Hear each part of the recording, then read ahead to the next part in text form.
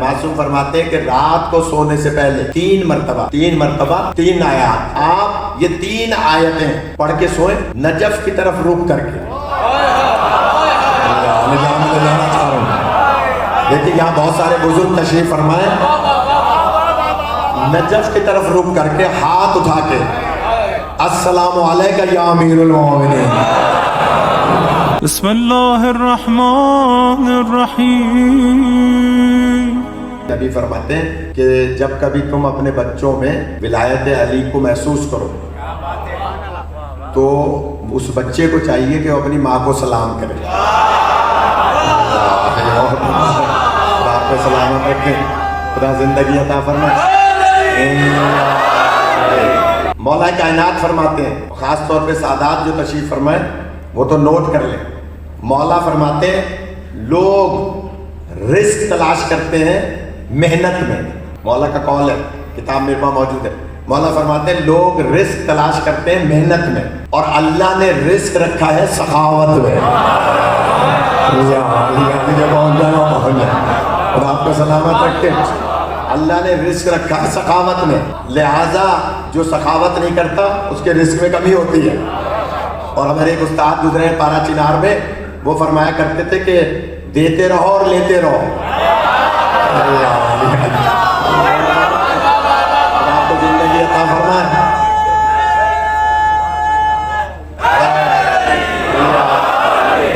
دیتے رہو اور لیتے رہو، اگلا جملہ ہے ان کا۔ اگر قدر کی جو اسٹیج پہ بیٹھے ہیں وہ حضرات، اسٹیج پہ بیٹھ جانے کے بعد تھوڑا سا داد کم دی جاتی ہے، تو میں نے اس لیے نہیں بلایا نوید بھائی اوپر آپ کہ جناب مولا فرماتے ہیں کہ دیتے رہو لیتے رہو، تم دو گے اپنی حیثیت کے مطابق۔ آپ کو سلامت رکھے، زندگی عطا فرمائے، وہاں سے ملے گا ان کی حیثیت کے مطابق۔ آپ کو سلامت رکھے شاہ جی، ایسا نورانی مجمع اور ایسی نورانی مجلس خدا آپ کی نسلوں میں عزاداری رکھے۔ تو جناب مولا فرماتے ہیں دیتے رہو اور لیتے رہو، تو بخل نہ کرو۔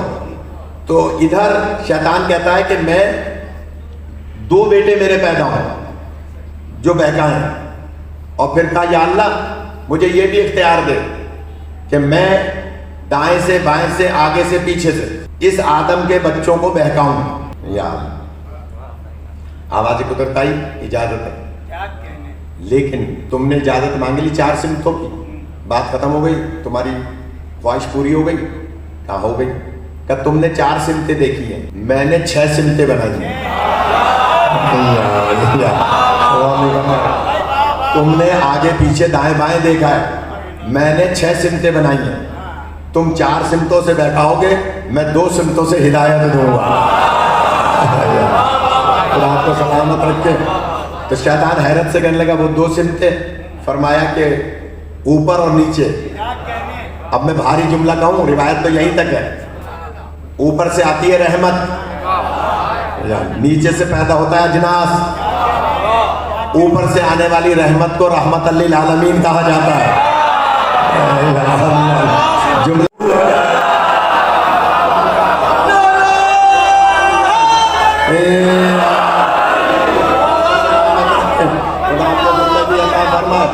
خدا آپ کو سلامت رکھے۔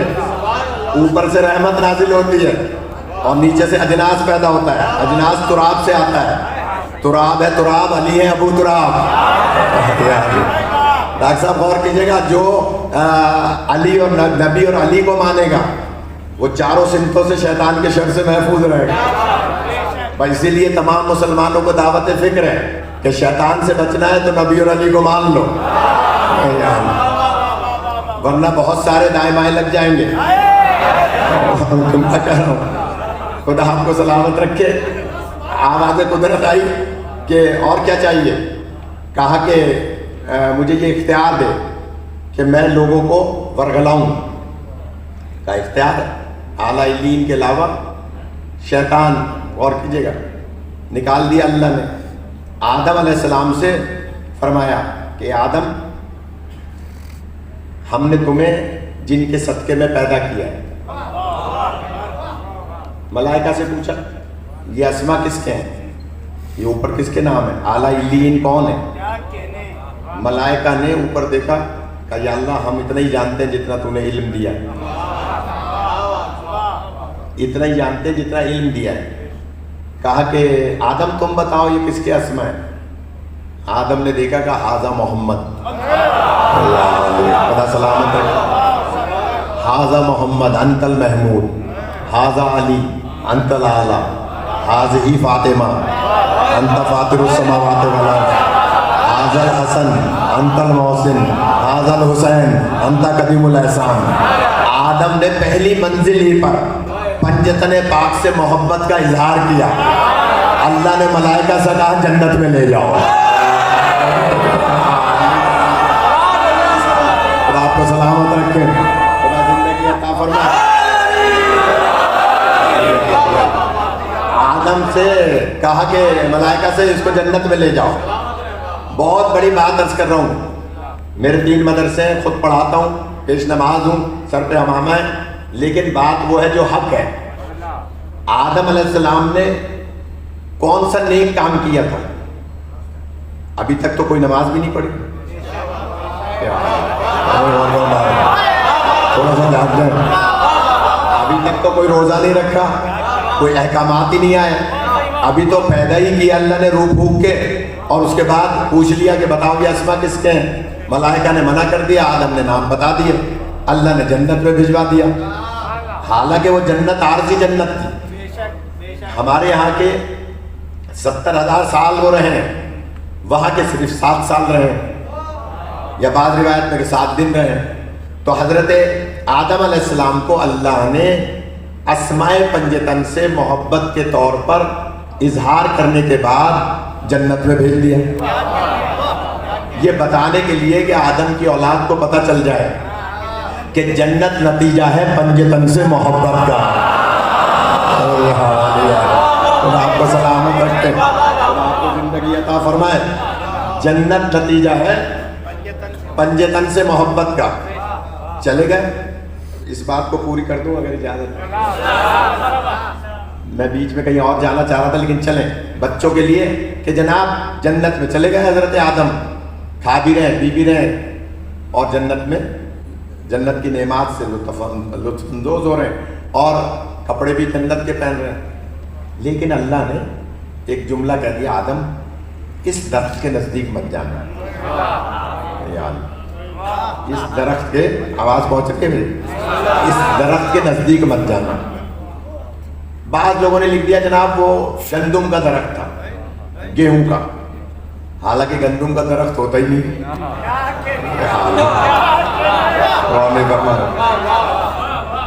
گندم کی تو بالیاں ہوتی ہیں، بالی اور درخت میں فرق ہے۔ کہا اس شجر کے قریب نہ جانا۔ وہ شجر کیا تھا؟ شجر فضیلت آل محمد۔ 1 2 نہیں 10 کتابیں پیش کر سکتا ہوں۔ علامہ نجم الحسن کراربی کی تاریخ اسلام اٹھا لیں، علامہ بشیر ٹیکسلا کی تاریخ اسلام اٹھا لیں، فروغ کاظمی صاحب کی تاریخ اسلام اٹھا لیں، علامہ علی نقوی نکن صاحب کی تاریخ اسلام، یعنی موجودہ دور کے جو ہمارے دور کے کہہ لیجیے علماء ہیں ان کی، علامہ مجلسی کی قصص الانبیاء اٹھا لیں جو ہم سے کافی پہلے کے علماء ہیں، اور متقدمین علماء سب نے لکھا ہے کہ وہ گیہوں کا درخت نہیں تھا۔ اگر گیہوں کا درخت ہوتا، گندم کا درخت ہوتا تو اللہ آدم کی اولاد کو کھانے کی اجازت کیوں دیتا؟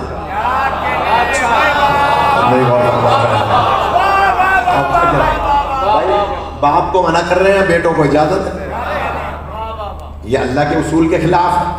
وہ گندم کا درخت نہیں تھا، لکھا علماء نے کہ وہ شجر فضیلت آل محمد تھا، آل محمد کی فضیلت کا شجر تھا۔ اچھا فضیلت کا شجر تھا تو اس میں داخل ہونے کے لیے کیوں منع کر رہا ہے اللہ؟ مثال کے طور پہ یہ شاہ صاحب مجلسیں کرا رہے ہیں، لوگ عزت کر رہے ہیں کہ بھائی اتنی بڑی مجلسیں کرا رہے ہیں، تو کوئی یہ حرص کر لے، یہ طمع کر لے کہ میں بھی ایک امام بارگاہ بک کرا کے اتنی بڑی مجلس کراؤں تاکہ میری بھی عزت ہو، تو یہ حرص و طمع جائز ہے؟ نیک کام میں حرص و طمع جائز ہے، کسی بھی نیک کام میں۔ ہاں کوئی بندہ دادا گیری کرتا ہو، یا چیٹر ہو اور کوئی بچہ کہے کہ بھائی میں اس جیسا بن جاؤں، حرام ہے. برے کام میں حرص و طمع کرنا حرام ہے، نیک کام میں حرص و طمع جائز ہے. تو آل محمد کے پاس تو فضیلت کے علاوہ دوسری کوئی چیز ہی نہیں ہے. ان کے پاس تو فضیلت ہی فضیلت ہے نا. تو اگر حضرت آدم فضیلت میں داخل ہونے کی کوشش کر رہے تھے تو کیا برا تھا؟ ایک سوال ہے، ایک تجزیہ ہے. بھئی کیا برا تھا؟ اس لیے کہ فضیلت میں داخل ہو رہے ہیں. خدا نہ خواستہ وہ آل محمد کے پاس تو دوسری کوئی چیز ہی نہیں ہے. تو پتہ یہ چلا اللہ بتانا یہ چاہتا ہے آدم کی اولاد کو کہ یاد رکھو اگر آدم جیسا تمہارا باپ بھی آل محمد کی فضیلت میں شامل ہونے کی کوشش کرے گا اسے جنت سے نکال دیا جائے گا. اور ہمارے جو پہنچ جائیں گے اگر آدم جیسا بھی فضیلت آل محمد میں شامل ہونے کی کوشش کرے گا اسے جنت سے نکال دیا جائے گا. تو میں ایک جملہ کہوں، یہ جو لکھتے ہیں نا دیواروں پہ میں نوکر صحابہ تھا، یہ خالی یہ جو دیواریں کالی کرتے ہیں کافر کافر شیعہ کافر، وہ ذرا عقل سے کام لیں.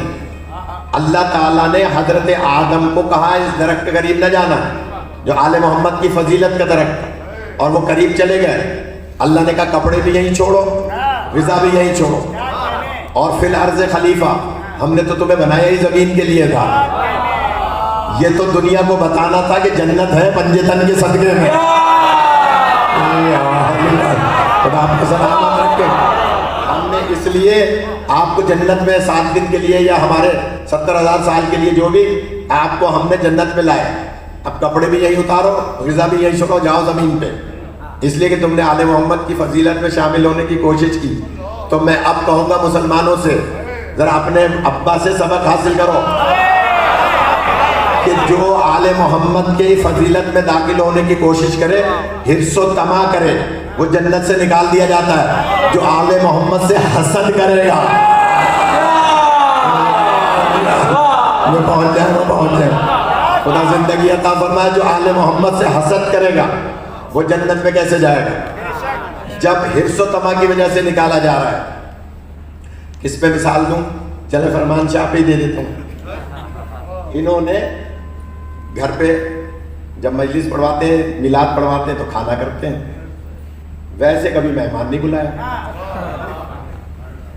میں کسی دن ان کے مہمان ہو گئے. میں یہاں بہت آتا رہتا ہوں. یہ ہمارے مورو والے سید جو ہیں گلستان سجاد والے، گلشن سجاد، گلستان سجاد، تو وہاں جو بیوی کی مجالس ہوتی ہیں، تو ایک دن میں شاہ جی کے یہاں مہمان ہو گیا. فرمان جی 3 دن تک خوب کھایا پیا، فروٹ یہ وہ ساری چیز. سید سخی. تو 3 دن کے بعد مجھے جانا تھا کراچی. تو میں نے ان کا مسلح اور لوٹا اپنے بیگ میں رکھ لیا. اور مجھے یہ پتہ نہیں تھا کہ شاہ جی نے میرے کمرے میں بھی کیمرہ لگایا ہوا. مجھے نہیں پتا تھا.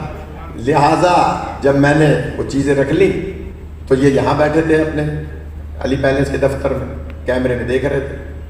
انہوں نے اپنے بچے سے کہا بھائی جاؤ مولانا سے کہو کہ آپ 3 دن اور رہ لیں، وہ کھائیں پئیں، یہ استعمال کریں، مسلح بھی لوٹا بھی جو بھی چیزیں وہ استعمال کریں اور رہ لیں، لیکن لے جا نہیں سکتے. میں نے کہا جی جناب معذرت خواہ، مجھے جو ہے نا غلطی ہو گئی. لیکن میں ابھی گیا نہیں تھا کہ 10 منٹ بعد انہوں نے فون کیا مثلاً اپنے بیٹے کو کہ مسلح جلدی سے لاؤ، مجھے دفتر میں نماز پڑھنی ہے. بیٹا اب نہیں کہے گا کہ آپ میں نہیں لاؤں گا. مجھے روک دیا تھا کہ مولانا نہیں لے جا سکتے.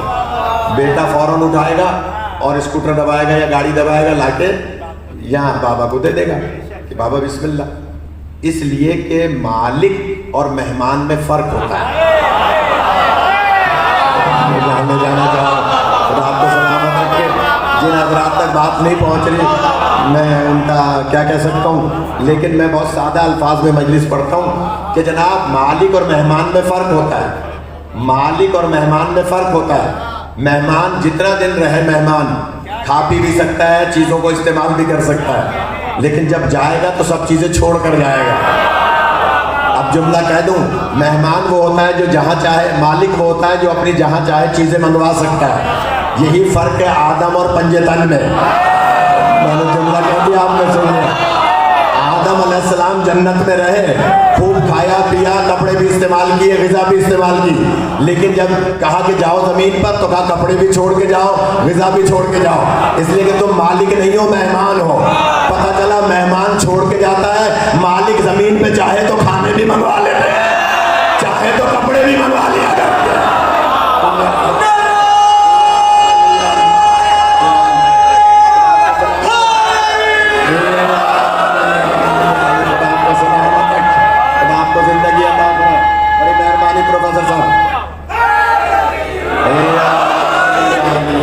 زندگی عطا فرمائے، بڑی مہربانی، مولا عزت دے.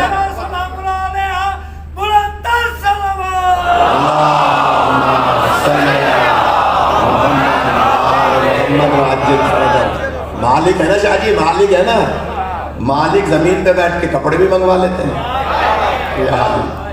مالک زمین پر بیٹھ کر کھانے بھی منگوا لیتے ہیں. اس میں بہت سارے گوشے ہیں.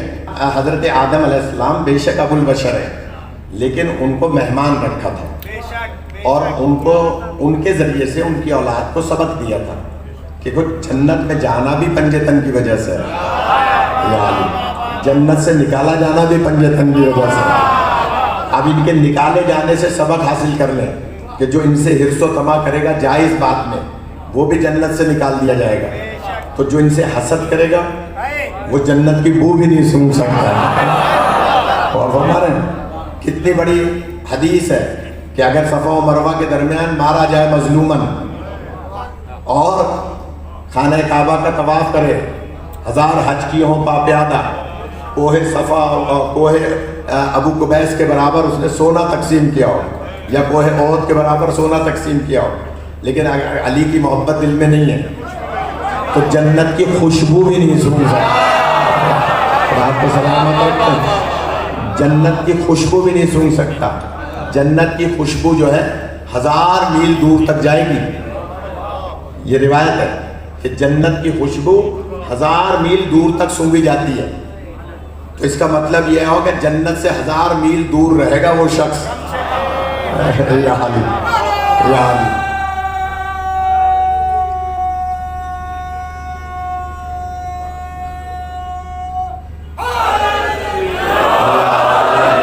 سلامت رکھے.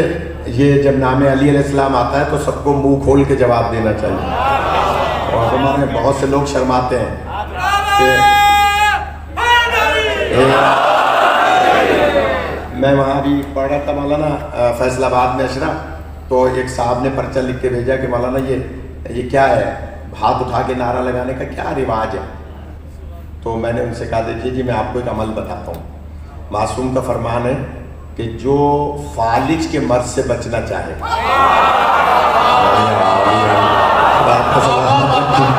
آپ کو زندگی عطا فرمائے. معصوم کا فرمان ہے، کتاب میرے پاس موجود ہے، جو فالج کے مرض سے بچنا چاہے. یہ جو اچھا فالج ہوتا کیوں ہے، ڈاکٹرز بیٹھے ہیں، فالج ہوتا ہے بلڈ پریشر کی وجہ سے، جس کا مطلب ہے جو بلڈ پریشر سے بھی بچنا چاہے. یہ برین ہیمریج کیوں ہوتا ہے، یہ بھی بلڈ پریشر کی وجہ سے ہوتا ہے. اس کا مطلب ہے جو برین ہیمریج سے بچنا چاہے. معصوم فرماتے ہیں کہ جو لفظ فالج ہے روایت میں، اس لیے میں فالج کے لفظ استعمال کر رہا ہوں، روایت میں معصوم فرماتے ہیں کہ رات کو سونے سے پہلے 3 مرتبہ آیت الکرسی پڑھ لیا کریں.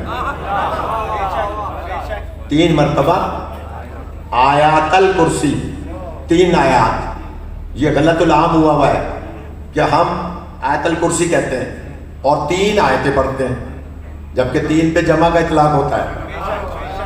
تو علمی اور فقہی اصطلاح میں آیات الکرسی کہا جائے گا. اور فرمانے 3 آیتیں، ہم فیہا خالدون تک 3 آیتیں بنتی ہیں. تو آیت الکرسی نہ کہیں، آیات الکرسی کہیں.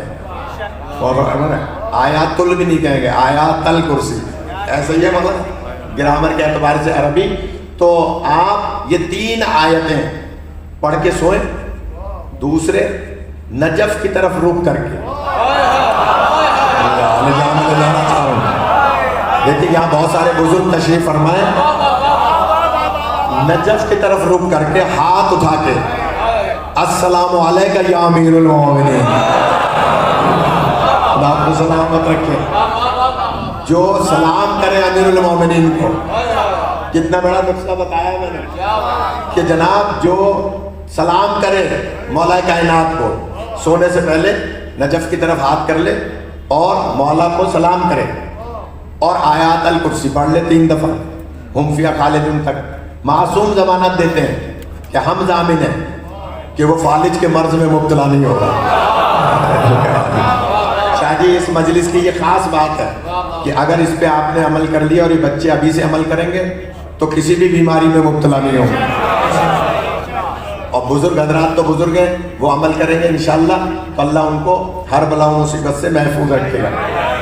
لہٰذا ہاتھ اٹھانے میں نعرے کے ساتھ جو ہاتھ اٹھائے جاتے ہیں، وہ بزرگ بار مجھ سے کہہ رہے تھے فیصل آباد میں، تو میں نے ان سے کہا کہ نہیں، آپ اٹھا لیا کریں ہاتھ، کیا حرج ہے، فالج سے بچ جائیں گے۔ اللہ آپ کو سلامت رکھے۔ لہٰذا بات لمبی ہو گئی۔ حضرت آدم علیہ السلام کو شیطان نے سجدہ نہیں کیا، اللہ نے انتخاب کیا صرف آدم کا، اعلیٰ آدم نہیں فرمایا۔ یہاں تک تو نتیجہ دے دوں، تقریباً گھنٹہ ہونے والا ہے، تو اگر کہیں تو میں یہاں تک نتیجہ دے دوں۔ آدم علیہ السلام کا انتخاب کیا، اعلیٰ آدم نہیں فرمایا۔ نوح علیہ السلام کا انتخاب کیا، اعلیٰ نوح نہیں فرمایا۔ کیا راز تھا؟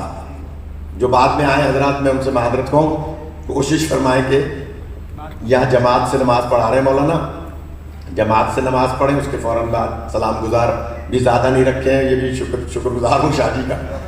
ان کا جو میلاد ہوتا ہے اس میں تو درجن بھر ہوتے ہیں پڑھنے والے، تو اس مجلس میں انہوں نے پڑھنے والے 2-3 ہی رکھے، تو خدا ان سب کو سلامت رکھے۔ میں عرض کر رہا ہوں کہ جلدی ہوگا تو ہم زیادہ میٹر دے دیں گے۔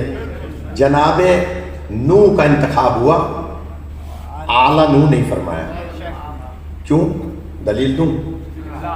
اس لیے کہ نوح کا ایک بیٹا اپنے بابا کو چھوڑ کر پہاڑ پہ چڑھ گیا، جو پہنچ جائے وہ پہنچ جائے۔ پھر دوہرا رہا ہوں، نوح کا انتخاب کیا، اعلیٰ نوح نہیں فرمایا۔ اللہ نے بتا دیا کہ جو نبی کو چھوڑ کے پہاڑ پہ چڑھ جائے اس کو دنیا والے چاہیں جو چاہیں بنا لیں، وہ کم از کم میرا منتخب نہیں ہو سکتا۔ پہنچ جائے گا، پہنچ جائے۔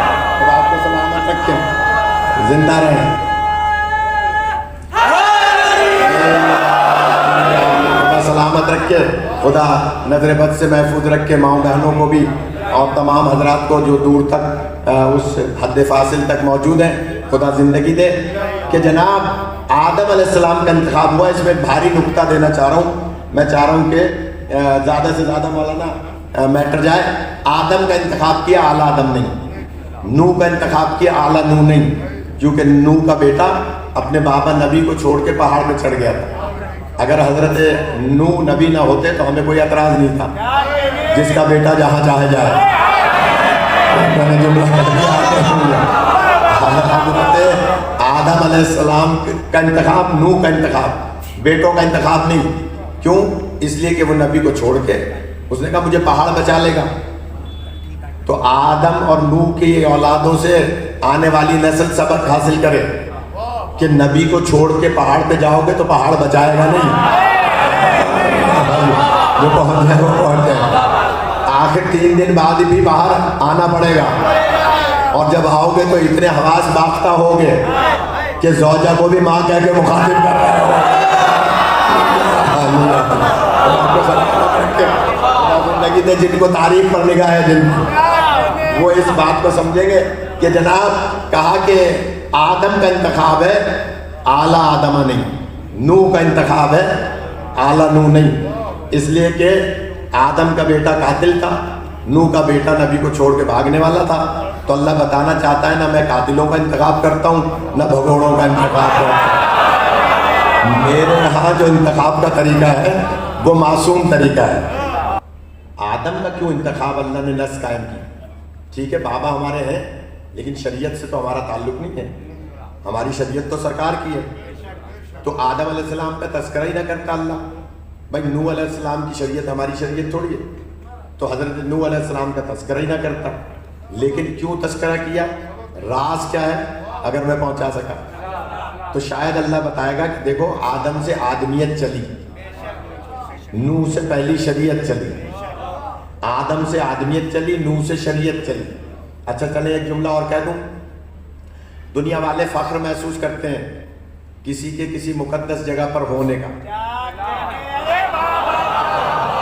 میں جملہ کہہ رہا ہوں کہ جناب کیا فضیلت ہے، کہاں دفن ہے.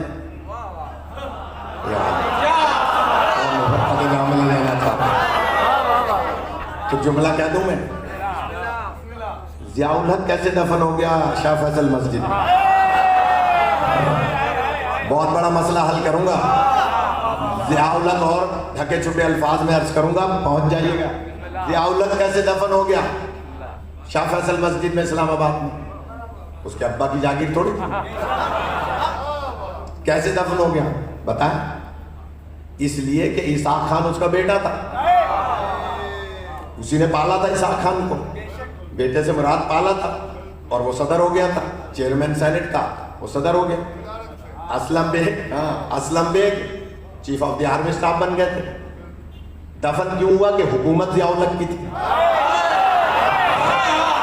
میں نے جملہ کہہ دیا، آپ نے سن لیا. جو پہنچ جائے وہ پہنچ جائے. پتہ یہ چلا کہ دفن ہونے میں فضیلت نہیں تھی، حکومت تھی. جو پہنچ جائے وہ زندہ رہیں، آپ کو سلامت رکھے. اچھا چلیں زندہ رہیں. یہ ایک بہت بڑا مسئلہ ہے. ہمارے بچے بھی پوچھتے ہیں کہ کیسے دفن ہوگا ایسی مقدس جگہ پر. تو ہم کہتے ہیں بھائی حکومت تھی، جہاں چاہے دفن ہو جائے.